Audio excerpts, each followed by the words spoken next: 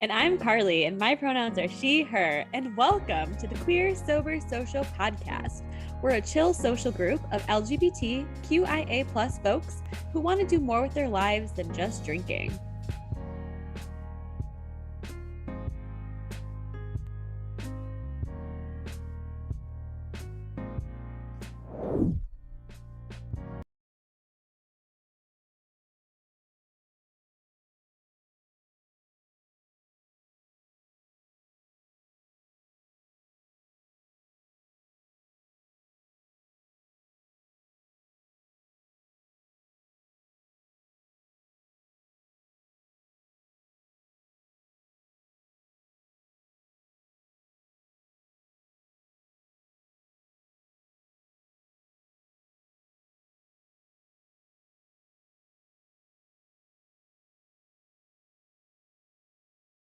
Absolutely. We're calling this episode Back to Basics, but I just want to make one thing very clear that this journey, this topic of sobriety is anything but basic. If getting sober, if being sober was easy, then everybody would be doing it. But truth of the matter is that most people are not even considering such a lifestyle. So the fact that you're here, you're listening, you're open-minded, and you're here, that's amazing. So this speaks volumes. So thank you for entertaining this conversation. We can't wait to get started.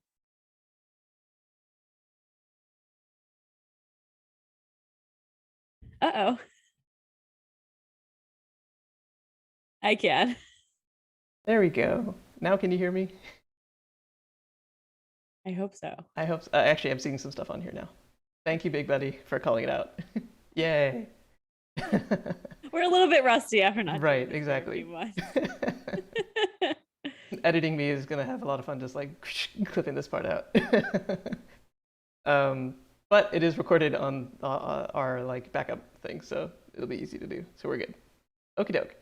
So, yes, I 100% agree. If you are listening to this, awesome. And I think one of the most important things is actually to pay attention to what does it even mean to be sober? Because there's such a range of definitions that I've heard when people talk about the word sober. I mean, many times I've heard of it as it can range from things like you don't do any sort of substance whatsoever, including caffeine, to you just abstain from alcohol and everything else is kind of fair game. I see it really in a lot of different ways. I personally kind of leave it in the realm of things that are more traditionally known as drugs, and not including medication, and those sorts of things is at least in my definition of sobriety. But I'd be interested, Carly, where you kind of draw that line or what your definition is. Yeah, this is a really interesting conversation for sure. I mean, the first thing I think of is anyone listening to this, like definitely noticing what's coming up for you at any point in time around the definition of sobriety or like what your preconceived notions are, I think is really important. And just noticing that and knowing that that can change over time. I know mine for sure has, right? Before when I was drinking and I would meet someone at the bar and they were like, I'm sober or I'm not drinking tonight, I would literally just like not understand. Like I wouldn't understand why this person would be in a place where other people were drinking. And it didn't make sense to me. I didn't know why people chose to be sober, what even a sober identity entailed. So I just wanted to throw that out there. And obviously sometimes the things that we have the strongest like negative opinion of, we end up circling back around, making a full circle moment. And it's like, oh, that's the thing that we actually needed to be the most, right? Like when really homophobic people end up coming out themselves, it's like, oh, all of that internal hatred towards these people are because I'm one of them. So that was very me, right? Like I just didn't understand sober people. I wanted them to get out of the way. I thought they were ruining the fun, killing the vibe. When really in reality, like I so needed to embrace that identity myself. So that's the first thing I think of when we start talking about this identity piece. One really important thing I like to talk about is like, I'm not the sober police. Like my definition of sober is in recovery is completely different from another person that considers themselves sober and in recovery. So I am very much a proponent of like, there's no one right way. There's no one size fits all. There's no, if you don't do this or if you do this, you are sober. It's like, if you want to call yourself sober, then you know what that means to you. You know what you are working on, what you're lessening, trying to do stuff, and what you're trying to increase more of. Like, it's such a fine line, especially what you were talking about, Rajiv, with, we're not doing drugs, but it's okay to do medications, but like, aren't medications drugs? So, we don't need to split hairs sometimes over like the difference, you know, whatever keeps you sober, whatever's keeping you healthy and sane, like that's, you do you. That's all I can say. I think that's the most important message because it needs to be whatever works for you. Because if you are your own sober police, in the sense Mm-hmm. that like you need to check on your own sobriety and whatever that works, whatever that means to you and whatever works for you. And so if somebody else is doing something that you don't consider to be sober, but they may consider themselves sober, cool. Like live and let live in some ways, as long as you yourself are recognizing exactly what you're looking for and what you need. For example, like if you're in recovery or something like that, and other people are doing drugs or whatever in your presence, and that's something that doesn't work for you, great. Like get out of there. Take care of yourself first. But in other instances, that's completely fine because it's something that just doesn't bother somebody else. Sure, sure, yeah. Um, I'd say too, like the pure definition of sober or sobriety is simply the act of not being intoxicated. Sure. That's literally the straight up definition of the word sober. So for most of us, that involves alcohol. I know there's like clean and sober, right? So clean means like clean from drugs, and sober means sober from alcohol. But again, alcohol is a drug. So it's like, why do we give alcohol this special treatment? That's a different topic, but so more food for thought. But yeah, so like sober is simply the act of not drinking. And there's things called like dry drunk, which is like, okay, so I'm just not drinking, but I'm pursuing no part of recovery, right? So like being sober is simply the act of not drinking, but recovery is the act of adding in positive things. So it's Mm. like being sober is like, I've taken out the toxic things in my life. I'm no longer engaging in alcohol or drugs or whatever behaviors, and that's it. That's just straight up sober. Like sometimes we're white knuckling it, right? If we don't add in positive things, if we don't add in positive coping mechanisms or ways to deal with our stress or self-care, then we are just, maybe we're sober, but like, are we in recovery? Are we recovering from anything? Are we looking underneath the layers of why we drank and drug? That's really interesting. Uh, I think that kind of gets into some of the topics that we wanted to talk about today because it's around what does it mean to be living with whatever reality of sobriety that you hold. Personally, it's something that I'm pretty practiced on. I've never drank. It's not something I really cared to do, and it's something that I feel like I can share a little bit about because I'm pretty practiced of living without it. What that means for living as sober is you do whatever normal people do, just without the alcohol, in its simplest form.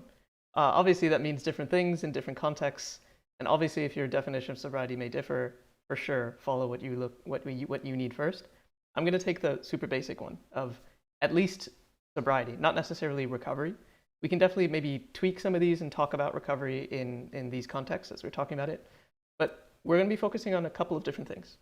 One is going to be talking about what does a social life look like if you are sober? What does your work life look like if you are sober? Your sex life, your family life, your romantic life, your personal life, all of those sorts of things, how do they exist without alcohol? Because a lot of times alcohol or drugs or something is used just, in my opinion, it's used as a proxy for things.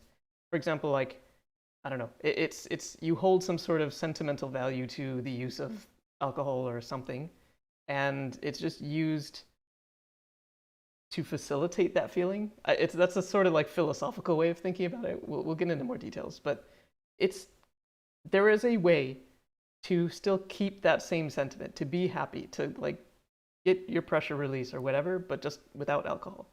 And I think that that's kind of the key point. For example, like if we start with something like a social life, this is the Queer Sober Social podcast, right? So this is us trying to be social. We have like social events and do things together. It just doesn't exist out there. With it, just alcohol isn't even a part of the equation. No, it's not at all. And I love that, right? And, of course, if you want to go drink, you go to a bar. If you want to find sober people, where do you go? Right? We always joke about this. It's like, do you go to the library? Like, where are the sober people? And we deserve to have just as much fun as anyone else in this community. But finding other people and knowing that you have these two pillars, right? Being queer, identifying as queer in some way, identifying as sober in some way, whether it's even just sober curious, that's two main pillars, two huge identities that you have in common with other people. And, you can just start having conversations from there. And you usually find that you have a lot in common with these individuals. And it's really cool. And because of that, just like the safe space of it all, and, not having to be afraid of being your true authentic self, you don't need alcohol as a social lubricant, right? We don't need to worry about feeling awkward or uncomfortable because you're just in a safe space with people that understand you and want you to be your best and most authentic self. I think another thing, kind of getting at that social lubricant idea, is people use that to just kind of get rid of social anxieties. But that's not really getting rid of it. It just kind of changes what is already in your head, and you're kind of gonna, I don't know. To me, it just feels like it's a sort of cheat code for a short period of time. To me, it's more like Right. just actually take care of your social anxieties if you have them. Right. Or like I always say too, it's like, sure, you're like cheersing and having fun or you think you're having fun. Maybe you don't even remember what you talked about, but your friends aren't with you at the wee mornings of the hour, the wee hours in the morning when you're awake at 3 a.m., hungover, feeling like crap, like just, and the next day your friends aren't with you when you have to go to work and, trying to figure out how to put your life back together. It's like, yeah, we think of it as a social lubricant. We see these messages of like luxury and like status and just all this crazy stuff that happens when you drink. And it's like we never see an alcohol ad where people are actually hungover or when they might have to go to rehab. Like we don't see that side of things. And it's like all we just see is this like clink, everything's perfect and your life is amazing and you're just all of a sudden so confident and social. And it's like, but what about after? No one talks about the after. I guarantee you, no marketing group in any of those companies is gonna say, "All right, great, let's focus on the bad stuff." Let's focus on the realities of our product. Right. Let's just live in the fantasy that we want to sell. I mean, it kind of applies to the same thing when you're thinking about the use of alcohol at work as well, right? Because it's usually used as some sort of celebratory device of like, hooray, we sold this thing, we closed this deal or whatever. Or it's generally used as some sort of pressure valve of just like, all right, everybody worked really hard, now let's just party hard. And what does party hard mean? We have to have alcohol. And so you have things that are like um, happy hours or something like that, or whatever. Foregathers, thank you very much for subscribing, or sorry, for following, by the way. Um, so you have all these things where you have work events that are just centered around alcohol. Many times you won't even get together unless there is alcohol, or alcohol is the main reason that actually drives people together. Now, as an aside, I understand that this is kind of hard for certain countries. This is all a very US-centric way of thinking about it because some countries actually think that if you don't drink, you can't build trust in a business setting. A lot of East Asian countries, that's just a major part of business. I don't really know what to do in those instances. When I lived in China for a year. When I was there, it was somewhat okay because I was a foreigner. I don't know if that's the case if you're more of a local over there. Um, but at least in an American setting, if people are still trying to get that pressure release, great, that's cool. You can still do that, but just maybe it's not alcohol. Maybe it's just being able to have a nice dinner together. Or maybe it's being able to just go out and do something together. Or it's like talking about in a non-work context or something like that. Like that to me, those are things that are still relaxing and ways to still celebrate people. But it just doesn't have to do with drinking. Obviously, like in a lot of places, if people want to drink, in my opinion, if it's somewhere that you can and it's somewhere that it's safe, I don't find an issue with it just because if people are using it in the right way, like, I don't know, because if they're using it as a carrot, then I feel like it's a little bit unfair to people who don't drink. Like, for example, every time that I need to go to a work event and there's alcohol used as a carrot to bring people in, to me it's just like, all right, well, whatever. There's nothing really for me except for the people that are there. And that's where I really look at what is the real purpose of me going there. It's to just have some camaraderie, have some fun with people that are out there, just being able to talk to folks. And you can do that without the alcohol entirely. Um, whatever, again, like I said, it kind of depends on which country you're in. So if you're in a different country and this is totally different, like let us know. You can leave us a voice memo on Anchor. Our Anchor page is probably in the description, or if you're listening to this on Spotify, it's somewhere in the Spotify description. But let us know, because I'm actually curious to see if that's any bit different. Or if you're in chat, let us know right now. Yes. Yeah, I mean, I really appreciate the other country part that you brought up for sure, Rajiv. And I can't even imagine what it would be like when you have these expectations on you, just based on a certain culture. But drinking at work is such an interesting dynamic, right? Because Mm, it's like on one hand, we're different parts of ourselves in different places. And at work, obviously, you want to hold a professional front, you want to have clear boundaries and things like that. And then all of a sudden, we're just like throwing alcohol into the mix where we're lowering people's inhibitions. We're just like allowing this other side of people to come out, like that doesn't necessarily need to come out, right? Like, how many stories of Christmas parties where we hear people, blacking out or doing things that are completely inappropriate in a work setting. And then they either get fired or, reprimanded, or they're talked about, gossiped about. It's just like, why would we want to do that to our employees, right? See them in this negative light. definitely. I think a couple of things that I've noticed, that let's say that you live in today's society, which you probably do if you're listening to this, unless you're listening from 50 years in the future or something, in which case, hi. But go to the events. I think that that's still important, because a lot of times, even being seen at those events, even in the US, is an important part of working culture, unfortunately. But I think if you feel comfortable about it, definitely go. If you don't, like, have the conversation with folks. I'm pretty sure people would understand. Also, you do not have to stay the entire time, because the longer you stay, the more likely it turns into Christmas party mode. Uh, Absolutely. so truly, just as long as you show your face, people see that you made the effort, I think you'll be fine. Um, Right. yeah, go ahead. Yeah, I mean, in early sobriety, of course, like if you feel like you're not ready, that's totally fine. And it's Totally. not saying that you won't ever be ready. Like eventually you will. Especially right now, things are so weird. There's amazing excuses built into COVID and the fact that people are not getting together. But this is for the future too, when we do start getting, work gatherings becoming a thing again.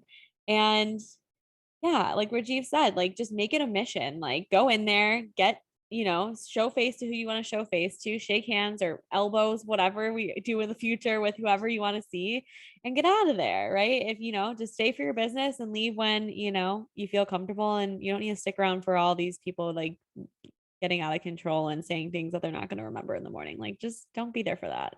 Totally. Like, even if you do have to be there, while you're there, just have some sort of thing in your hand, like a glass in your hand, and 99% of the time, nobody cares.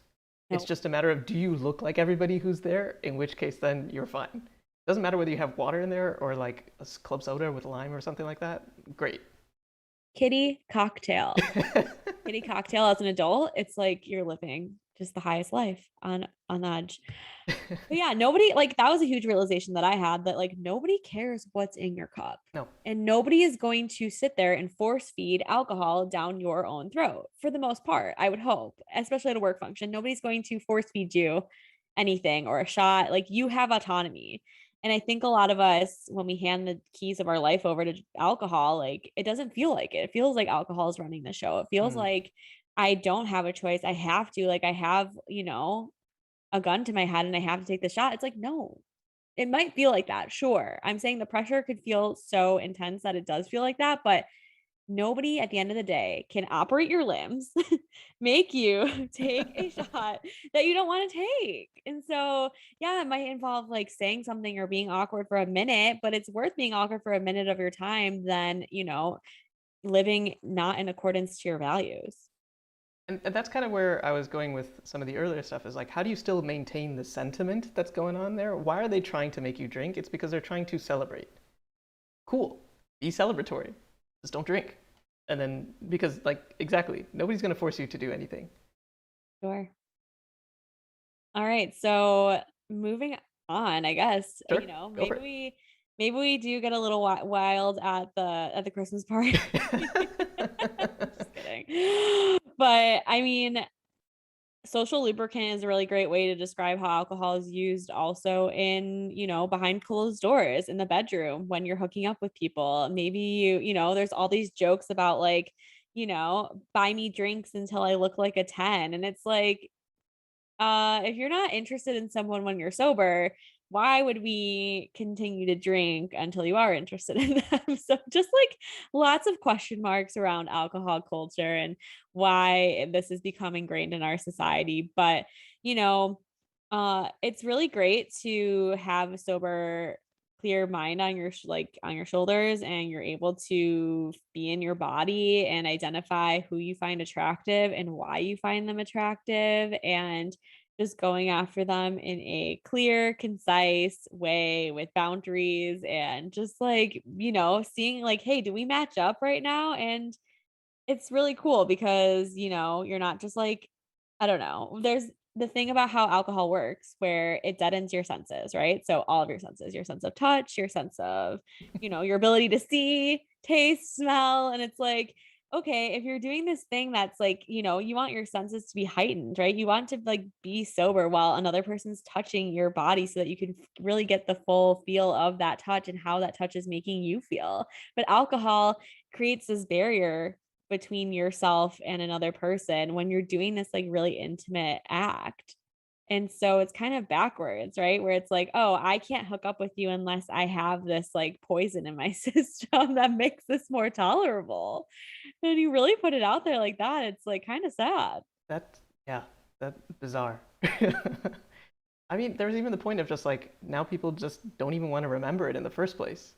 All of a sudden, like you just, when you are whatever, browned out, blacked out, whatever, colored out, and all of a sudden you are waking up next to somebody you do not even remember talking to, like that's not a great feeling either. Like in addition to just during, it's also an after. It's like why in the first place?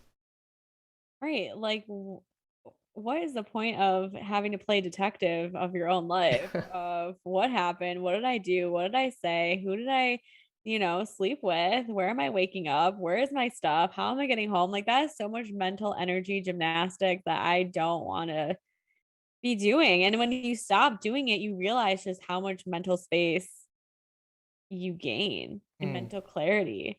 And because it feels so important, you're like, oh my goodness, I need to get to the bottom of this. I can't, like, I need to check my text messages. I need to check my bank statements. I need to check my body for injuries, right? And see, like, piece the night back together. And you feel like you're like on this wild goose egg chase. And it feels so important. It feels like this is everything. I'm figuring it out. I'm getting to the bottom of it. And like in the meantime, it's like everything else in life is like still occurring outside of this like moment, and you like don't realize that like this stuff doesn't need to be happening, and you can literally just go focus on your dreams and goals and things that you want to accomplish, and because you can be accountable now that you're sober, as opposed to this like Nancy Drew story every weekend. It's like, how about anything else? Like literally you could spend your time doing anything else. Speaking of spending your time doing anything else, what if it is what if what you want to spend your time on is with your family? That's important. But even there, outside of that, you may also have issues with people drinking at family events because it's tied to some sort of celebration. It's tied to a wedding toast, it's tied to Christmas drinks, it's tied to Thanksgiving dinner or whatever, whatever. Like what again, let's maybe like break it apart. What's the purpose? To celebrate. It's to enjoy, it's to like have everybody over and to just bring people together, to bring spirits up. Cool. How do you do this without alcohol? You can refuse a drink, or just like we said at the work party, just have something else in your glass. Still cheers. Like there's no reason you can't do that. People have this weird thing around like if you don't have alcohol in your glass, they don't want to cheers with you thing. I've heard that. I don't know how true that is. Rude. Exactly. It's like, come on. Hopefully your family does support you not drinking in the first place, and then that makes it a million times easier. But even if you don't, you can probably use the same sort of tactics and like techniques. Don't be there if it's a place where you're in early sobriety and you know it's not going to be helpful. It's probably worth skipping one Christmas for you to feel better about like your ability to work with alcohol or like be around alcohol than it is to go there and maybe just like, especially earlier on, than to fall apart or something like that. Absolutely. Yeah. I mean, one thing I always do is I always bring a non-alcoholic drink Mm, that I want, whether it's sparkling water or whatever I feel like that day, ginger ale, like I'll bring a case, right? And they'll use it for their chaser, their mixer or whatever. And sure. I get to drink my own stuff too. So it's like totally fine. And then the longer that you show up in these spaces and you just say, hey, like I'm just not drinking, I don't do this anymore. Like everyone kind of gets on board, hopefully, or maybe at least your friends, and they like make sure that you're, that you're hooked up, right? Like it took me a long time, even in sobriety, to realize like when someone asks you, like, hey, can I get you a drink? Or even like at a restaurant when, you're ordering of like, hey, what do you want to drink? Like th- that can include anything that's non-alcoholic. Like I don't know, but for Right, right. me, it was always so implied, like, what alcoholic drink can I get you in that Mm, question? And it's like I had to expand my like mindset or definition of what a drink is. And it's like a drink is literally any liquid beverage that doesn't have to contain alcohol. And so just being like, anytime anyone asks you, hey, what do you want to drink? Like you can say water.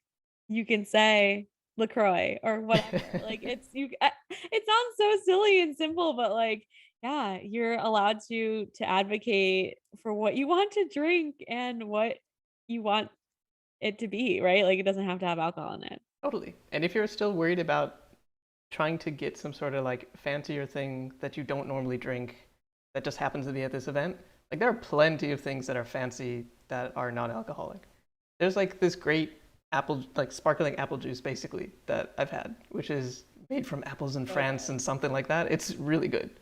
Um, I was at a restaurant or something like that a while back, and they had like a hibiscus drink or something like that, which I thought was super Yes. interesting because like I personally I'm always on the lookout for non-alcoholic drinks that don't have sugar, because like a lot of times kitty cocktails they're great, sure, but if you're not looking for something sugary, you're really kind of like lost in some of the things that you can drink because it's generally water, some sort of like neutral sparkling beverage or something like that, or Hmm. nothing, and that's where I'm trying always on the hunt. So if you have ideas, let us know. I'm Yes. always interested in finding that kind of stuff. But in any case, there are things out there that are fancy that nobody would even question as being like a celebratory thing, a thing, like something that you would use for special occasions or whatever. And you can definitely bring those things too. Sparkling grape juice is what I brought to our New Year's party, but I had to keep a close eye because it literally looks identical to champagne, like almost too close to tell. Like I Mm. needed to put a little like mark on my cup so I knew, or my glass. Yeah, so that was fine. And I kept it so low key. I like flew in like into the apartment with my, my bottle, just put it in the fridge, was pouring it like myself just privately. Like nobody was even paying attention and no one had Mhm. any clue. By the end of the night, everyone was trying to get an Uber and I was like, see you guys later. I'm driving home. And they were like, what? How are you driving right now? And I was like, I'm sober. And they're like, we had no idea. Like I was like, yeah, it was fine. Like just you can keep it on the down low like that. It's very cool. Totally. Yes. I think one thing that we didn't talk about either, is all the stuff that we talked about so far is like celebration and like, exciting and wanting to be happy together and using alcohol in that way. But I think another thing we didn't talk about yet is like, what do you do when you're like not feeling so good and wanting to use alcohol to like numb out and like not feel anything or, because alcohol is naturally a depressant. So it's like when we're not feeling good or we're feeling like something bad happened or we want to cope in that way, drinking to kind of take the edge off or like just feel numb. And it goes exactly back to what you were saying before of like, okay, if the goal is we want to celebrate and be happy, there's a million ways to celebrate and be happy that don't involve alcohol. Same thing when we're sad and we want to numb out. There's a million things that we can do to, get past the sadness, feel the sadness, and, just like feel our emotions, right? Because when we push them down with alcohol and we like just avoid them until later, it doesn't like we didn't move through it. We didn't feel it. We didn't like it didn't go anywhere. That energy is still just inside of us and it's either going to come out at a really inopportune time or it's just going to demand to be felt at, after you get sober, right? It's still just waiting for you. It just delays the inevitable and now you have all these problems again. You have to do the Nancy Drew thing, you have to nurse yourself back to health after your hangover. It's like you got more problems than when you started. It's like, okay, here's my problem. How do I want to fix it? Alcohol's off the table. It's not an option. So just like figuring out, okay, if I feel sad, do I want to take a bubble bath? Do I want to take a walk? Do I want to call a friend? There's like so many things that you can do. Do I want to just breathe? Do I want to meditate? Do I want to cry? Do I want to watch a sad movie, listen to a sad song? Like 100 million other things. And none of those involves alcohol. And you actually move through the feeling because at the end of the day, your feelings are just like the weather pattern, right? Like you can have a rainy day, but it doesn't mean that tomorrow there won't be sun. And it's like, there will definitely be rain tomorrow if we drink and we're hungover. It's like we can predict what the weather pattern's gonna be if we continue to drink alcohol. But if we can just stay in our body and, work through it, we can get to the other side. I think that's so important. Feel your feelings, because the feelings are transitory. They will go away. As bad as they are, they will disappear eventually. And that, I mean, like you can take some solace in that, right? It's not going to be the worst thing for in perpetuity, like for forever. It's going to change. It's going to migrate. It's going to change from rainy weather to sunny weather. Like even right now, it was pouring rain like just like 5 minutes ago, if you can hear. Now it stopped. Great. Now So what do we want to do? yeah. Exactly. I mean, like I can appreciate the need to like take the edge off or to drown one's sorrows or whatever. Like I work a very stressful job. Carly, you work a very stressful job. So totally. But like, it can also just be a habit. Have you ever thought about not using alcohol to do those things? Like, change it over to just like a cup of tea. Chamomile tea is great. Like, why not just try to relax or try to like still appreciate what's going on with something else, or just water, or not a drink at all, like Carly said. Like, do you want to meditate? Do you want to do something else? There's so many different options, even if it isn't something that is something that you put in your mouth. So, Well, and drinking just prevents you from being creative about what you actually do want to do and what mm, you actually need to do, right? You're like, oh, let me just get that instant gratification of like, okay, feeling gone, feeling drowned out. Like, and if we actually sit there and like, oh, I am really feeling kind of bad or sad or overwhelmed, like, okay, what do I want to do to improve how I feel right now? Or like, what can I do to make my situation better? And we start brainstorming, we start naturally like thinking of like, okay, what kind of action can I take? As opposed to alcohol, it's like, oh, just want to think about nothing. And it's like, we don't move the needle anywhere, towards where we want to go. I think that's super important to understand. Um, Carly, you tend to work with a lot with people who are in recovery. In particular, as we're kind of talking through this, is there anything beyond some of the stuff that we've been sprinkling in that people who are new to recovery or they're considering recovery and watching this or listening to this that they should be aware about? I mean, of course. So this is so important. And if you're here listening, I commend you. This is fantastic. Just you're opening your mind and your eyes to how deeply ingrained alcohol is in our society. And it's not our fault, right? It's not your fault that society has taught us that it's a rite of passage to drink your way through college, or, you have to black out on your 21st birthday, or, you're not doing it right if you're not hungover the next day at work or, at brunch. It's like our society is the one that's sick. And we know that because alcohol is the only drug that you have to justify not taking. And Hmm. so if you're well adjusted in a society that's so obsessed with alcohol, how well are we really doing here? So, but in terms of early recovery, I think one thing that's the most important to touch on is that, kind of what I was talking about earlier, that there's a difference between just getting sober, just the simple act of changing the fact that you're not drinking or drugging anymore, and then not changing any other aspect of your life, still hanging around with the same friends, still trying to go out till 2 a.m., still going to bars, parties, whatever. It's not saying you can't do that, but it's just saying look for a bigger way to live. Look for ways to cope that, you've never thought of before. Try new things, right? In order to have a new life, you're going to have to do new actions to get you a new life. And, just realizing that the highest version of yourself is out there and it's available to you. But when you drink alcohol and use substances, you're just dampening that. You're just, killing your brain cells in your body and making yourself less strong to be able to deal with life's challenges and live life, in the best way you can. And that's one of the reasons I got sober. I just felt like I knew that there was such a higher potential for me and that I had all these ideas and goals. And I just couldn't, I didn't have access to that version. It was just under lock and key because I gave the power to drugs and alcohol. And now that when you get sober, your life just changes in ways that you could have never expected. And it can be scary, right? Change is scary. Getting sober is hard, but also staying the same and getting hungover and getting drunk and trying to keep up this lifestyle that's unsustainable, like that's also hard. So you get to choose which version of hard you want to do. And I think sober wins every time in my book. I think it's super interesting.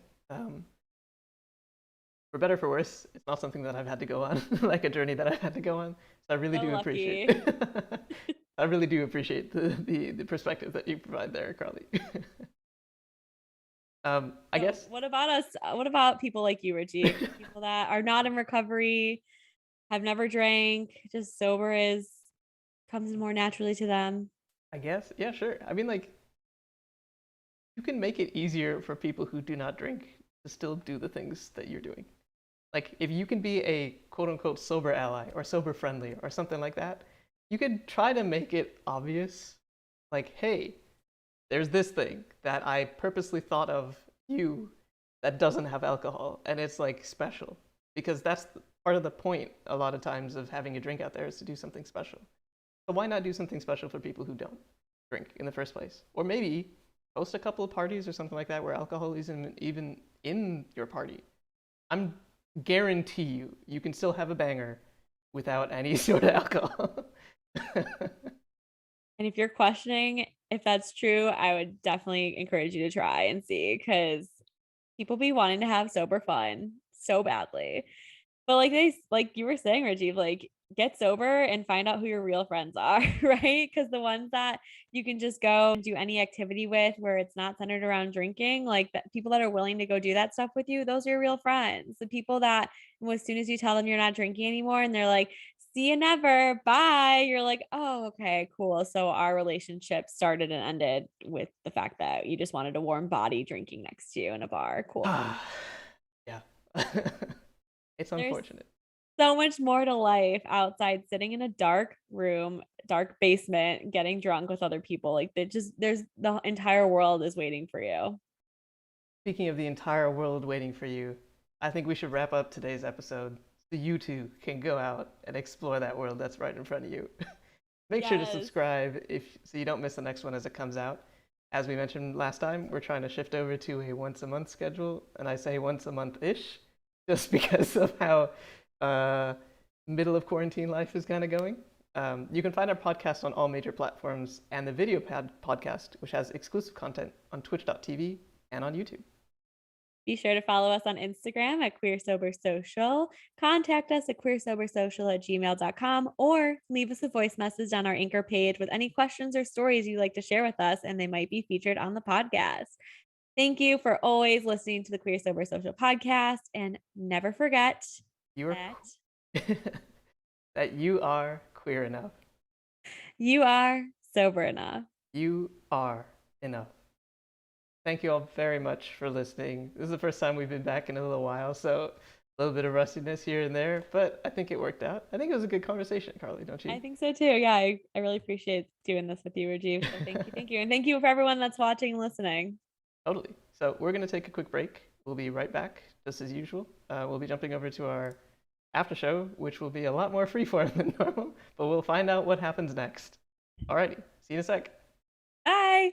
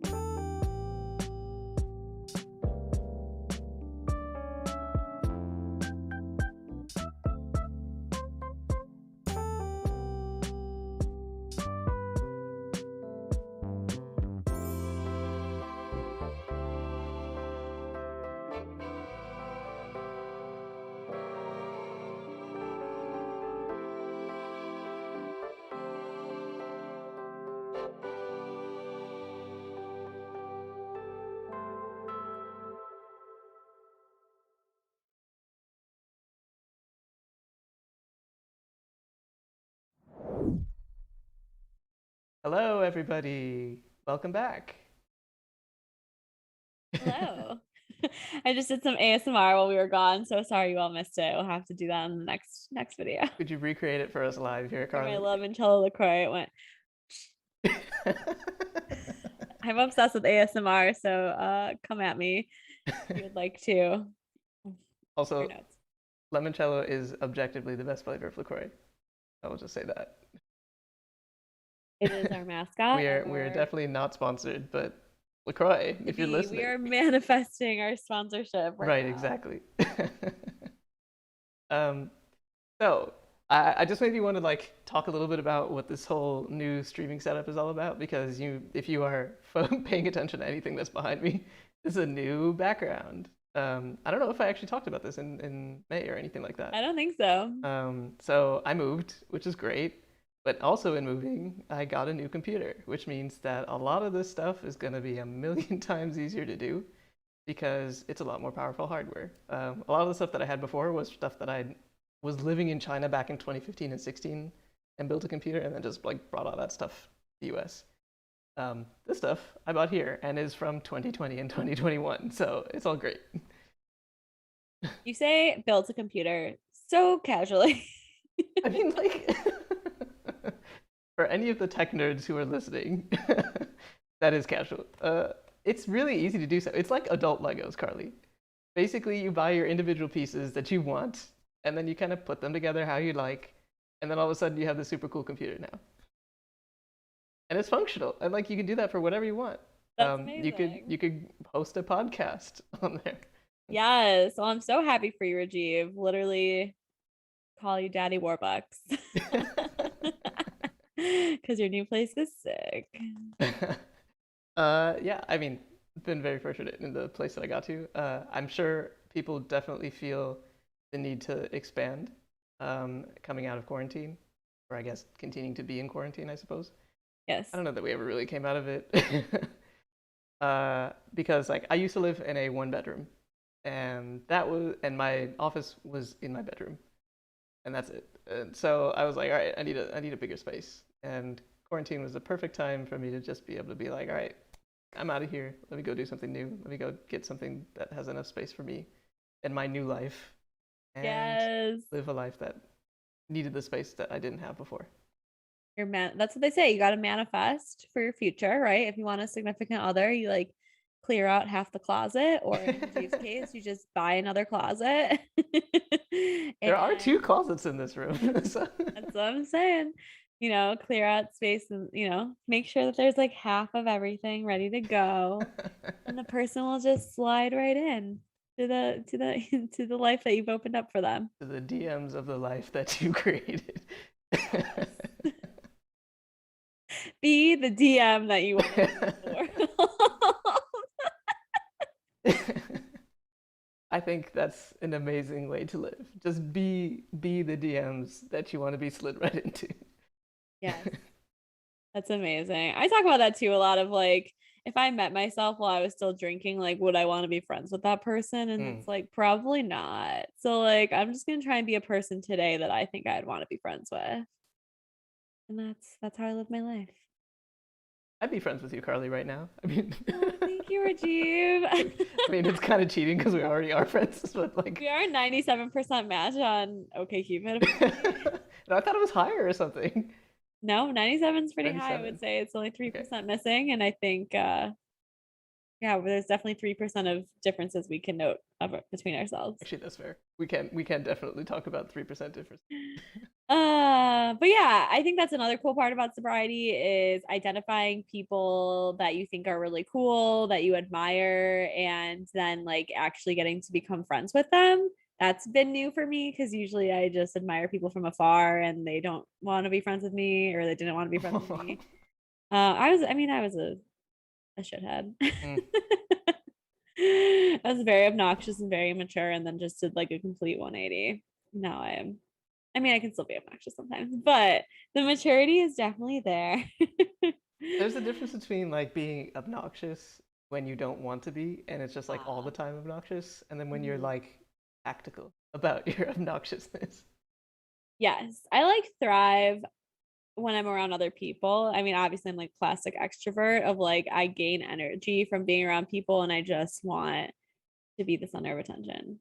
What a weirdo. I know, I'm a freak. But This, I try to take a page of the book from the Rajiv Handbook. I mean, imagine needing to be around people. I mean, brought to you from the introvert gang, right? So, Introvert gang is just a gang of one person. right, exactly.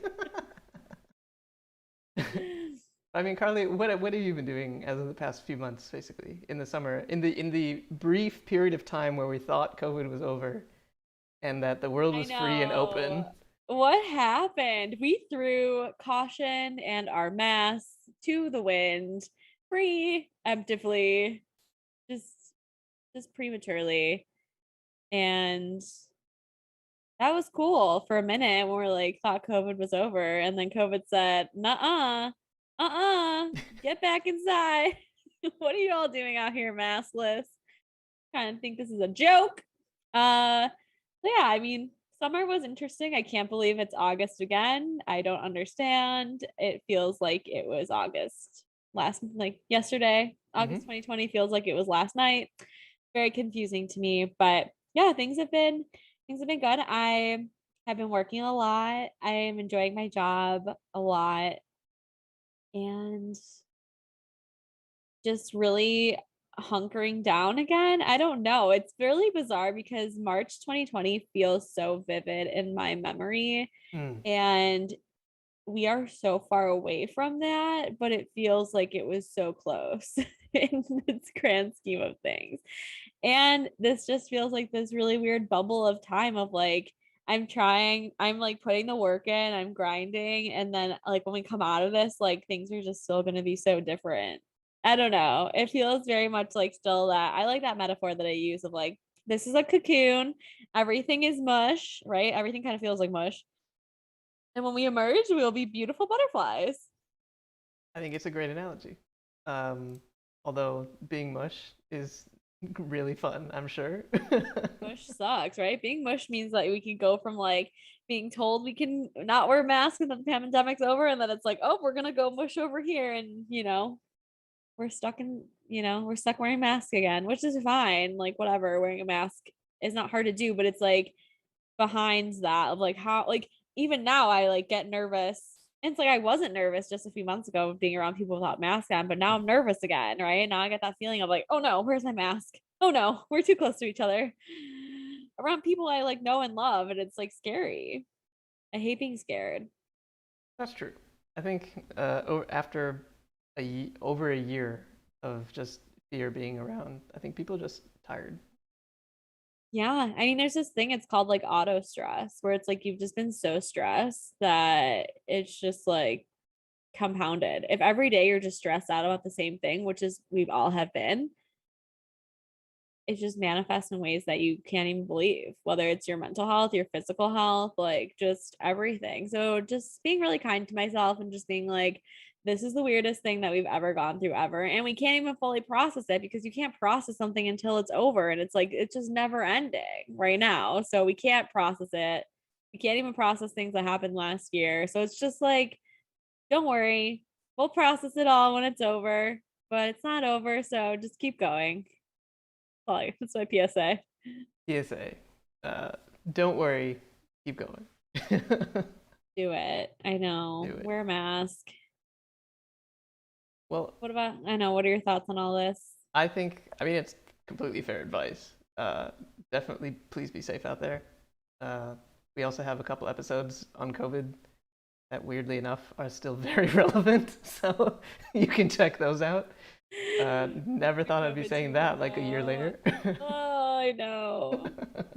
Oh, that was my other thing I wanted to say was like before when we would do the podcast, it was like my like not my weekly shower, but like I would shower and like I was so bored and like not having to get dressed to go anywhere that like I was excited to like I would put real pants on. I had my like podcaster pants and now those are just my work pants. And like I would like go through my closet and like try on new clothes and like wear them to the podcast.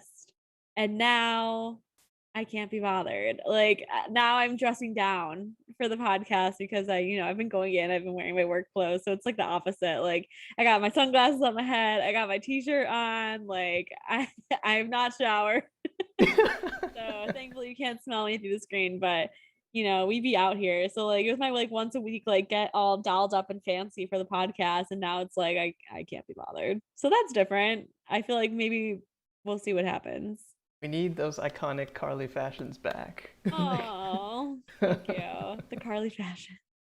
Yeah, it's been fun. I feel like too, because of the pandemic and we had nowhere to go, I just had no clothes. Like I just spent all of grad school. I was like, okay, I'm not gonna buy clothes because it's just like I'm a student, I'm poor, I have no money, I have nowhere to go anyway. So I'm just gonna keep wearing all these same clothes that I have. And now the pandemic was like, oh, like I was like, why do I need to buy clothes? I'm not going anywhere new. So I've just been still wearing the same clothes. But finally I've just been being like, okay, maybe I can curate my closet finally, which is what I've been wanting to do for a long time, of like find my style, curate my closet. So just like doing that piece by piece, because I realized that like you can't just like curate an entire closet overnight. What? You can't? Like, That doesn't happen. No, I'm not a celebrity. what? You can't Marie Kondo basically your entire life in just a day or something like that? Those episodes are so short. Like, it I obviously know. happens in just one day, doesn't it? That show's actually pretty good. It is pretty good. No, I I like agree. that show. But I mean, like, implementing a lot of that stuff in your life takes a little bit longer because you aren't as practiced. So, No, Marie Kondo would walk into my house and she would be like, girl, all this right. does not spark joy. No, just throw it out. Oh my goodness. She's so cute though. She's like, I love mess. I'm like, okay, that makes one of us. So yeah, I don't know. That's been a change of like this being my weekly like important thing that I did. And now I do important things all week and this is my fun time. That's true. I mean, like, and especially since we're now moving it to like once a month, it's now a monthly thing, which is still Yeah. like great because you can now have a life outside of the podcast. Every other Saturday, I mean, it's for people who do this full time or something like that, like, cool, more power to you. But for normal human beings like us who have side jobs, or at least our Honestly normal though, jobs, we've done so well. Like think back to last, like when we first started doing the virtual queer sober socials last freaking March March, slash yeah, yeah, yeah, April. Like, I mean, there would be like there was like 8 people, there was 10 people, and that's true. now we're batting like in the 20s. Like, I mean, this is just like bi-weekly and how many people have joined. Like there's over 100 people in our Discord. There's over 500 people on the meetup, which is fantastic. We out here. We out We here. are building and growing, kicking and screaming. Absolutely. Definitely not going down without a fight.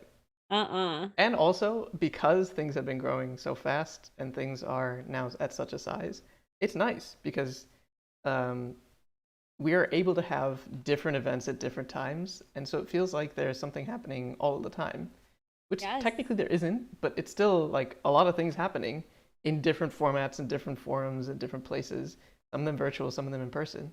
Yes. And it's great because like it just makes you feel like you truly do have a social group of queer folk who are basically, I mean, who are sober. And that makes it so much easier because if that's something that you were, a community that you were looking for, we're able to provide it, which I think is awesome. Yes. Yes. And like I think that's like a huge thing that you don't realize. Like there's tons of queer spaces, but if Mhm. you go and it's like at a bar and these people are drinking, it's like I just automatically don't have that in common with you. And like this is a huge pillar of who I am, right? Like I was able to identify that right away. Like, I mean, very early sobriety, I started to realize like, oh, like this thing that I fought so hard against, like this is like gonna be a big part of my life. Like this is the foundation of who I am now going to be. And I was like, well, let me find a way to like incorporate that into my work. Let me find a way to incorporate that into the people I hang out with. Like, let me find a way to incorporate this into like everything that I like eat and breathe and do. And I'm working on that. And when something is so fundamentally important to you, you can't really like I just don't have anything in common with these people that drink. And sometimes I feel like I've such curated the queer sober social Instagram in such a way that there is nobody drinking on there. So like I forget. Like I've curated my own little like Oh, bubble gotcha. of the internet that Mm-hmm. like I forget that like people still care about drinking like a lot. And I'm like, "Oh, I'm just like so not involved in that world that it's like weird to me." I'm like, "Oh, you guys like fetishize drinking. Like that's weird." That's gross. I I'm mean, not judging, but I'm just like I just like forget. it's like when in the middle of quarantine, when everybody was just like finally either watching an old video or something like that, and they're like, they don't have masks on. They're outside and they're together. That's so bizarre. Yes, yes. Right. It doesn't match up with my reality. Except there was a show. I don't know if you watched Pen 15 on Hulu. And there was like a part in the show where they were both wearing masks because like one of them was sick, but it was like it was not pandemic related, but it was like they were just wearing masks in the show. And I like took a picture of it. And I like sent it to my friend. And I was like, they knew like they were into masks before. It was cool. So like now it's like if it's just so weird to think about if I saw that like pre-pandemic, I would have just like thought it was funny. But now it's like this is representation of the pandemic life today. I mean, if you've ever been to East Asia, they've been on the mask game for a while. Yeah. And I actually appreciate that because like I'm now whenever I'm gonna fall sick, not because of COVID, because of like normal things, Yes. I'm probably gonna wear a mask, like just for a couple of days or something like that, if I have to go in somewhere. Right. Same. I mean, I'm down for it. Totally. Speaking of Instagram, Carly, you made some recent changes to Instagram as well, didn't you? Yes, I took a big leap and decided to rebrand my personal Instagram. So we have the Queer Sober Social, and that's our community, of course. And I wanted to rebrand myself as Queer Sober Therapy. So those are the three things that I care about the most in life is my sober people, my queer people, and providing therapy to those individuals. But I also think a really important part of like doing therapy, doing the work on yourself is having a community of people to like engage with Mhm. that are probably also doing this work also can really relate to you. So I think they like really go hand in hand together. Like, hey, you want like you want community, you want to better yourself and better your mental health. Like here's the way to do both of those things. Let me hook you up with this awesome community that we've curated that's just full of amazing, incredible people that I love so much. Like just better than anything I could have ever dreamed of. But it's like in order to have the things that you dream of, you have to be willing to like go after it and do it and not be afraid. And so that's kind of what happened with my Instagram. I was terrified to put myself out there and really start talking about the issues and things that I care about. But after doing it, so many people are so supportive. Obviously, like what I said about getting sober, like you're gonna find out who your real friends are. Like the people that make fun of you or tear you down, like those are not your friends. So everyone's been really supportive and just really great. And I've been able to connect with other people that align with my mission. And because I'm putting my mission out there and like it's just so crazy. Like this is exactly what I wanted last year during the pandemic, but I was just like so unsure of myself. I was like, I'm still in school. Like I haven't had the full experience that I like want to put together yet. But it's like the more and more that you like I'm doing the work, I realize like it's okay to like put yourself out there before you're ready. Like just, just do it. Like whoever needs to hear what you're doing will see it. And that's the most important part. Like everything else doesn't matter. I think So I think it's good advice. that's what I learned, honestly, because I was just like, you're never gonna feel ready, I think, is like the That's thing true. of like, and there's never gonna be a perfect time. There's never a perfect day, a perfect moment. It's like all you got is right now. Like this is life. Life is only happening right now in this moment. So like just do what you want to do. I don't know. And like if you need to just remember that we're just all floating on a giant rock in space. Like, and it's like not that serious. Like, it's not that deep. Like, you don't have to take things so personally. Like, just whatever. Like, enjoy the time you have, live your truth, sing your song that only you can sing, like, put the work out there that only you can create, and don't let fear stop you. Inspirational words, Carly. I love to be inspirational. I'm like literally so like cliche and cheesy, and I have like a fucking quote for. I have a quote for everything. A flipping quote. Sorry, YouTube and Twitch, mostly YouTube. A quote for everything, and yeah. Oh, that just reminded me of how the OnlyFans content is It's changing. still evolving. I actually don't know that anybody really knows the truth right now because it's a lot of question marks. We're moving into the, I don't know, after show news, I guess. I know. What are we moving into? No, but this is like a big topic of conversation because I feel like a lot of queer folk are involved in sex work, right? Mm. Out of survival, out of, being shunned or like on the outskirts of society. And, this is how they make their living. And this platform is going to use the work and the backs of these individuals and grow into this thing and then just completely sell out and say, screw you to all these people. So I don't know. I feel like it's important for the queer community to continue to find ways to support sex workers and queer artists and, you know, in ways and sites that they're going to end up moving to if OnlyFans continues to pull some BS. I mean, I think that there's a way to still support queer artists in whatever shape or form. Like, Whatever, however you define art. right, exactly. But at the same time, like, I kind of understand where they're going with it, though. I'm not saying that it's the right move. I certainly question it because it feels like Tumblr all over again. Right. But at the same time, like, some people have been arguing that they've just been having some content that they really shouldn't be having on there, and that their moderation was just not great. And so this is their like nuclear option to just get rid of all of it, which I kind of understand. I don't, again, not agreeing with it, but at least it's not an unreasonable thing that just kind of came out of nowhere, which some people seem to also think. Yeah, so they're doing it to like help the moderation issue. Mm-hmm.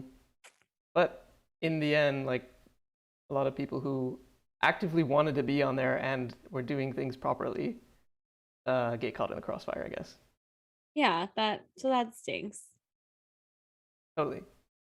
I mean, we'll see. The internet is a funny place.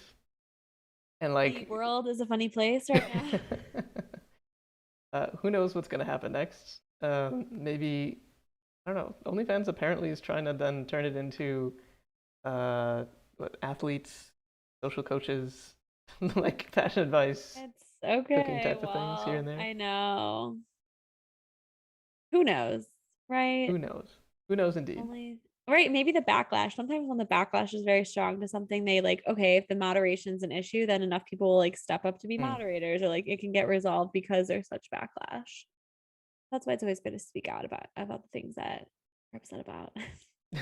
That I don't know why this conversation just reminded me that the student loans just got pushed back. Oh, that everything's always changing. So our student loans got pushed back. To January, right? January 2022. You have to remember what year it was. It's around the corner. I know, this is insane. Insane in the membrane. I mean, if you think about it, it's a little bit wacky to think that this has been a year of even this podcast almost. Just a couple more months. Halloween, pretty much. Yeah. Which, I don't know, we got to do something, don't we, guys? For our 1 year, yeah. Oh my gosh, what should we do? Definitely pie cake. Pie cake would be great.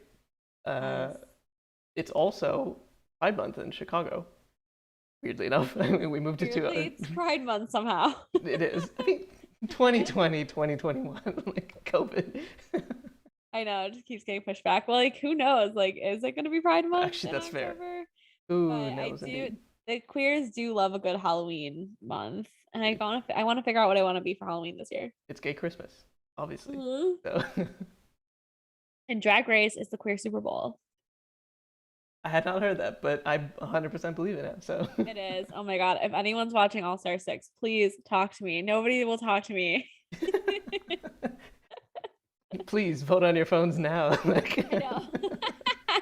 Oh, that's one thing I've been watching too. I got into watching Love Island, and I was very intimidated because I was like, "Oh my god!" My friend was like, "You need to start watching so that we can talk about it." And I go to like look up to watch it, the UK version, by the way. I look up to go to watch it. For those living under a rock, like me, explain what Love Island is. Okay, hold on. So Love Island is this reality TV show where they take people, and it's very heteronormative, but they take women and men and put them on this island together and try to like pair them up and have them like fall for each other basically by like doing all these challenges and like throwing new people into the mix and like having them like have to like break up with each other to see if they want to pursue this other person, and like all this like crazy stuff happens. I don't know how I got involved into liking it, but I'm all the way caught up. I was so intimidated. My friend's like, you need to watch it. I go to look it up. There's like 36 episodes already, and it's like still coming out. It comes out daily. So it's just like your daily dose of like show. So every time I come home from work, I just watch it now. So basically, I'm all the way caught up, and the finale is like next week, and I'm very excited. That's basically my story. It's trash, but it's like just like this happy little island world that you get to be part of, and takes your mind off of reality. It's very Happy, entertaining. Like I happy don't little. like The Bachelor because it feels like your brain's melting, but like for some reason this show doesn't make me feel like that. What's the Maybe a little. difference? The Bachelor is like very scripted, I feel like. And I Mm, feel like that's a controversial opinion.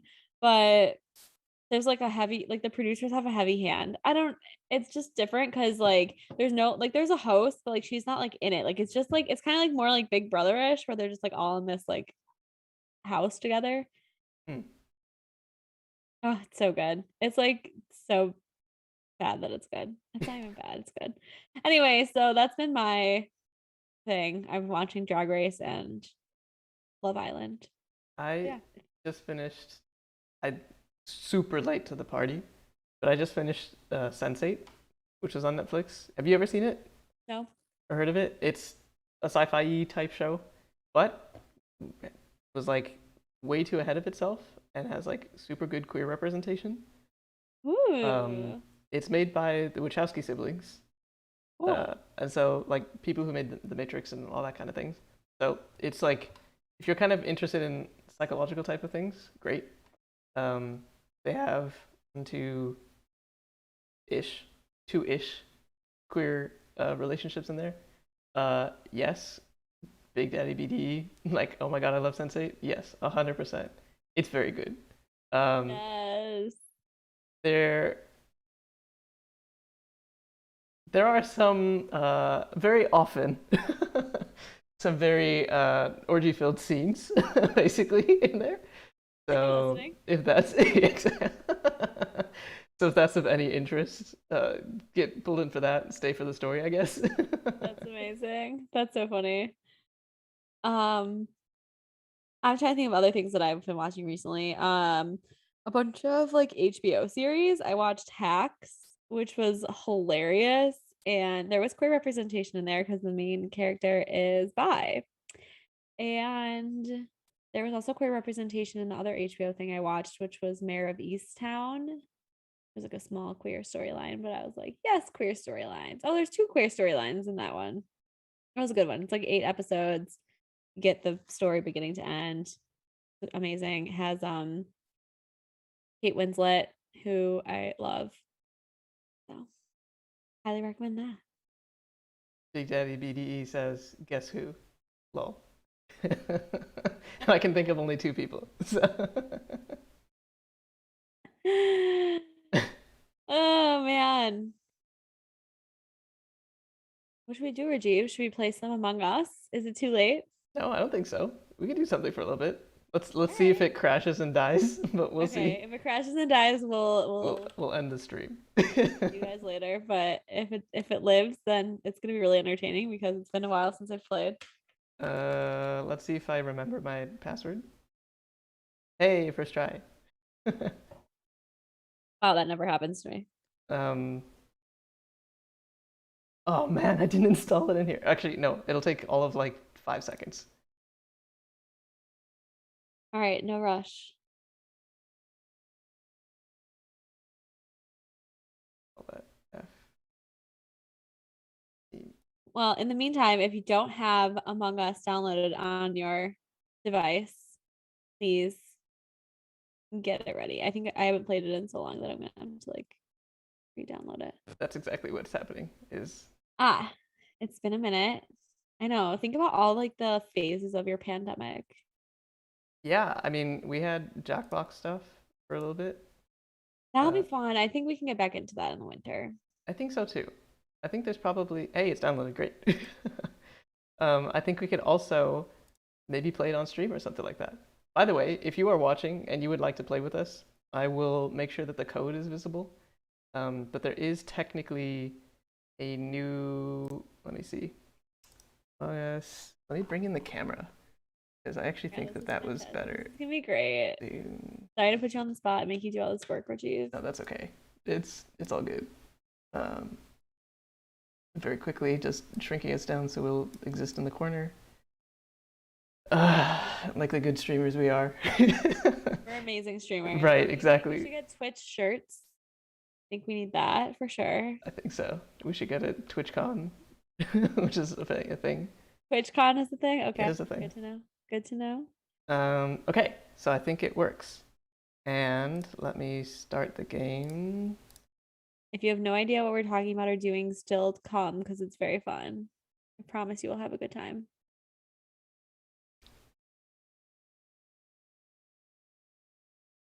Among Us, play. Of course, first time setup. All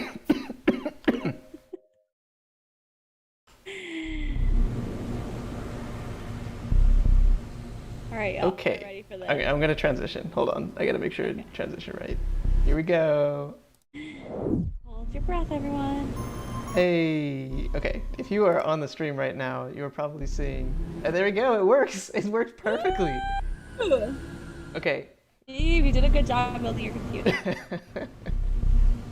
So, I am gonna quickly manage some data collection stuff. I am opting out and deleting all my data. Sorry, y'all. Sorry, whatever the company's name is, Nersloth. Not something that I want to do. Okay. Reggie will not be doxxed on this stream. I was gonna say, one moment, going back to just chatting. I can set this up. Even though, I mean, my real name is on here, I'm sure if you search hard enough, you can find me, but please don't search hard enough. Don't do it. Don't do it to yourself. Oh, I also started watching Dave on Hulu, which is the show with Lil Dicky, the rapper. Oh, okay. I love him, and the show is really great. So if you want to watch a funny show about Lil Dicky, the rapper, watch Dave on Hulu. Nice. 2 seasons. It's very good. Okay. So if you've downloaded it onto your phone like I have, you're going to see the screen and you're going to push online. And then you're going to push private. Okay. Jumping over to that. One moment. The code? Okay. Just skipping ahead. There we go. Okay. So, killing it. If we're on the fly, you're killing it. I normally have something that hides it just in case, but I'm hiding the thing that hides it, so now you can see the code. The code for everybody, if you're watching or whatever, is LAQLMF. You will obviously be seeing my screen. Oh, am I here? Are you Broleek? Am I Broleek? I don't know who I am. I'm Doriel. I guess they gave them names. I think they did. I'm Doriel. Ah, it's gotten so much smoother. I know. This is fantastic. Wow. I need to re-choose my hat. Right now. What did I have before? I don't even remember. Whatever. I'm gonna be. There we go. And color. Let's go with blue. Okay. Now you're wearing a caution sign on your head. I am wearing a caution sign. I'm wearing a party hat. It's public, so if you would like to join, you are welcome to join.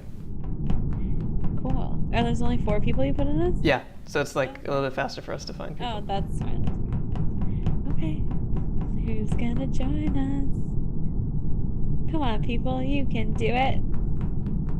Oh yes, I've also watched Inside by Bo Burnham like 5 times. I need to watch that. Oh my gosh, please watch it and talk to me about it. You would like it, you would like it. We should just play with each other and then one of us is the imposter. That's like... So I know who the imposter is. There's one vote. All right. I'm gonna call a meeting. Right, exactly. Team meeting. If you have never played Among Us before, hello, Oxyturk. I don't know if you're on our stream. This is hello. so cool. Oh wait, oh what? Can I not? Oh, there's another person. We're here. Okay. Let's start. Let's do it. Start it up. Okay. This is so exciting. So they can see what's happening? Yeah. I mean, they're in the game, but they may not be streaming with us. So. But the streamers can see. Oh, okay. Don't say anything for anybody who's watching the stream. You know what I am. You don't know what I am. I've forgotten where everything is. So. I forgot how to play. Oh my god, this is hilarious. Oh no.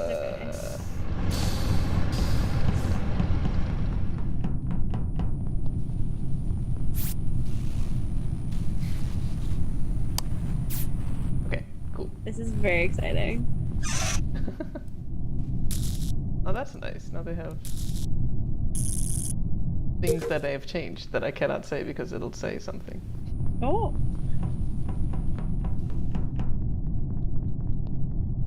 Oh no. Okay. This is hilarious. It's been a hot minute. Hello. Hello. Can you hear me? Yeah. I'm concentrating really hard. You know, this is what normal streamers do, and What? like they actually stream and play games, and I have much respect for people who are able to play games and also talk at the same time. And you're just focusing so hard? Right, especially in a game like this where you're just trying to like figure it out and remember what the heck you need to do. Literally, though. Well, I know, how do they do it?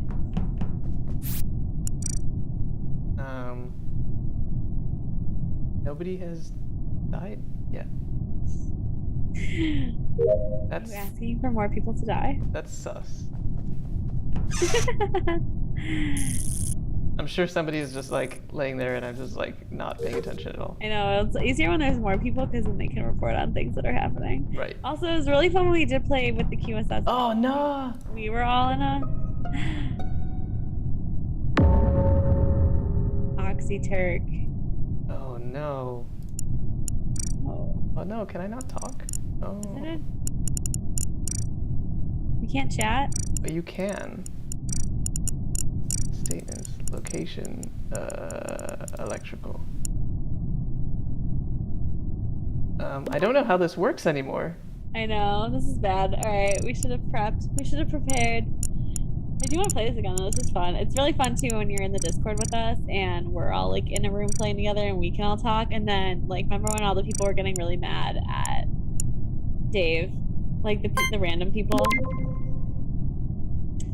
Oh, yes. It's pretty funny when random people are getting mad and like we're all just in a little chat box talking to each other. Mm-hmm. Anyways, who knew that Where to? we'd become a Twitch streamers? But here we are. Here we are, being Twitch streamers. Mind you, not very good Twitch streamers. Oh my gosh. Why does voting end in the rules of this game were set up poorly.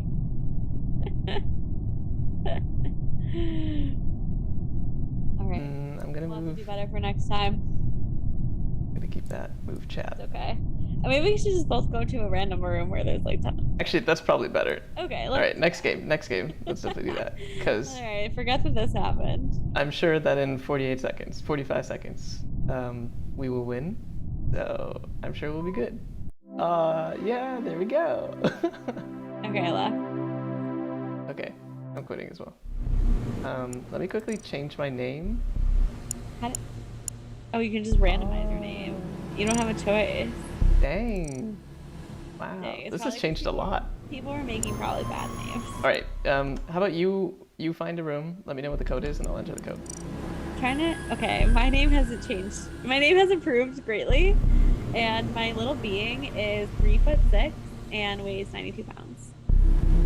Comparatively, I'm also 3'6" and 92 pounds. Oh, weird. But I've also Okay, changed do my you name. want to be in a game with 10 people or 15 people? 15 people seems like, let's just do it. Whatever. Sure, go for it. Okay. Well, no. Let's see. All right. The room code is KV. Okay, V as in Victor. Yep. X. Mm-hmm. OFF, like off. Done. Are you in here? Yep. What's Just your name? in time. Your name is QuickBook? Yes. Look at, oh, I'm gray now, but my name is I'll actually just I'm not gonna tell you which one I am. This is gonna be funny. Okay, so somebody left. Still loading. Is I it know still what loading it for you? It's loading. We said it got better, but I think we spoke too soon. I think we're fine. I think the issue. Oh, there we go. Okay. Oh, okay. It's trying to resolve things. Yep. All right. Not saying what or who I am. Okay, here we go. Wait, were you implying that you were not the imposter in the last game? I'm not. I wasn't. Yeah. Well, I was. You were? Yeah, I killed that guy. Oh. Amazing. You know? No, I thought it was the other person. I can tell you. Oh no, oxygen.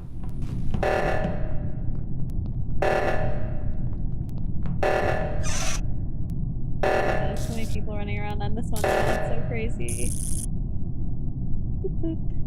No, I can't get them. Oh shoot, I'm dead. Oh no. I'm not actually dead, but like, I know I'm going to die soon. Oh, what? You just know. Oh, you have a feeling? You have the feeling in your bones. You have a bad feeling? This game makes you feel those things. It makes you feel like you're gonna die. Yeah, all the It's a time. very, like, how would you describe this game? It's kind of messed up. It's kind of messed up, really. Yeah, killing people? I guess that's bad.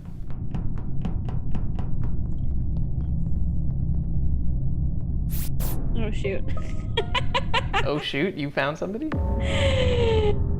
Yeah, something happened. Something bad happened. There's so many people in this game.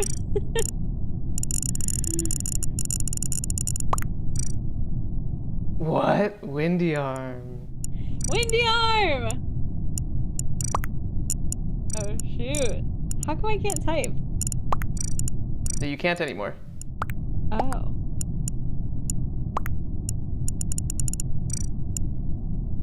Windy arm.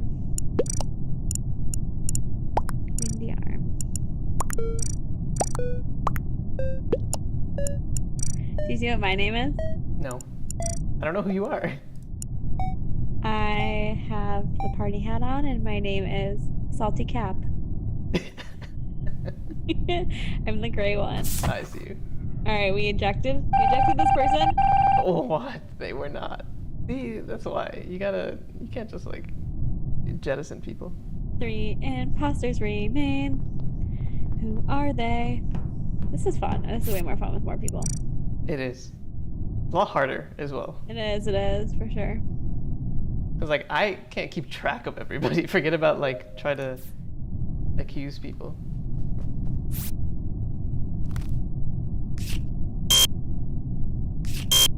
Right.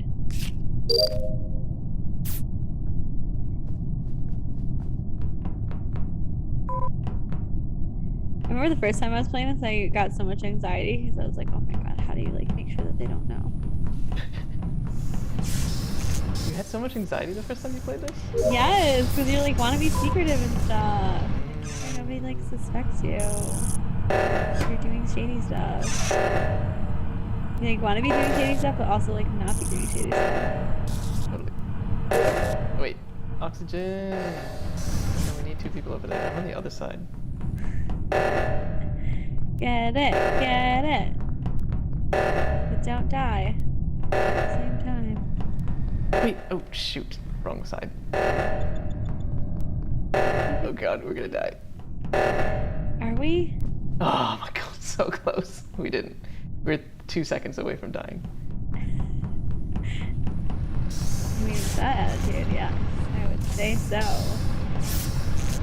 my goodness. This game is crazy. It's actually fun. I'm glad we're doing this. We said we were going to do this for a long time, and then We never did. did nothing of the sorts.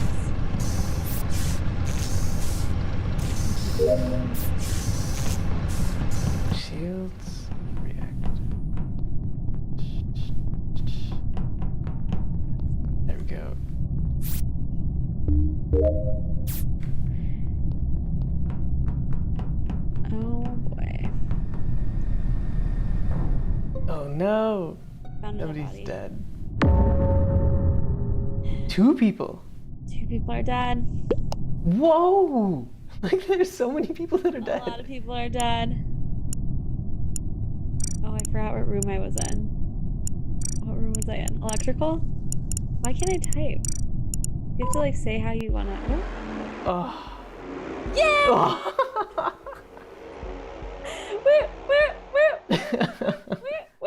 We won. We won the game. We killed everyone. Again? Whew. I don't know, man. I don't think I can do that again. You don't think you can do that again? All right, let me quit. It is 5:30, but we did a good job. I'm glad we did that for our stream.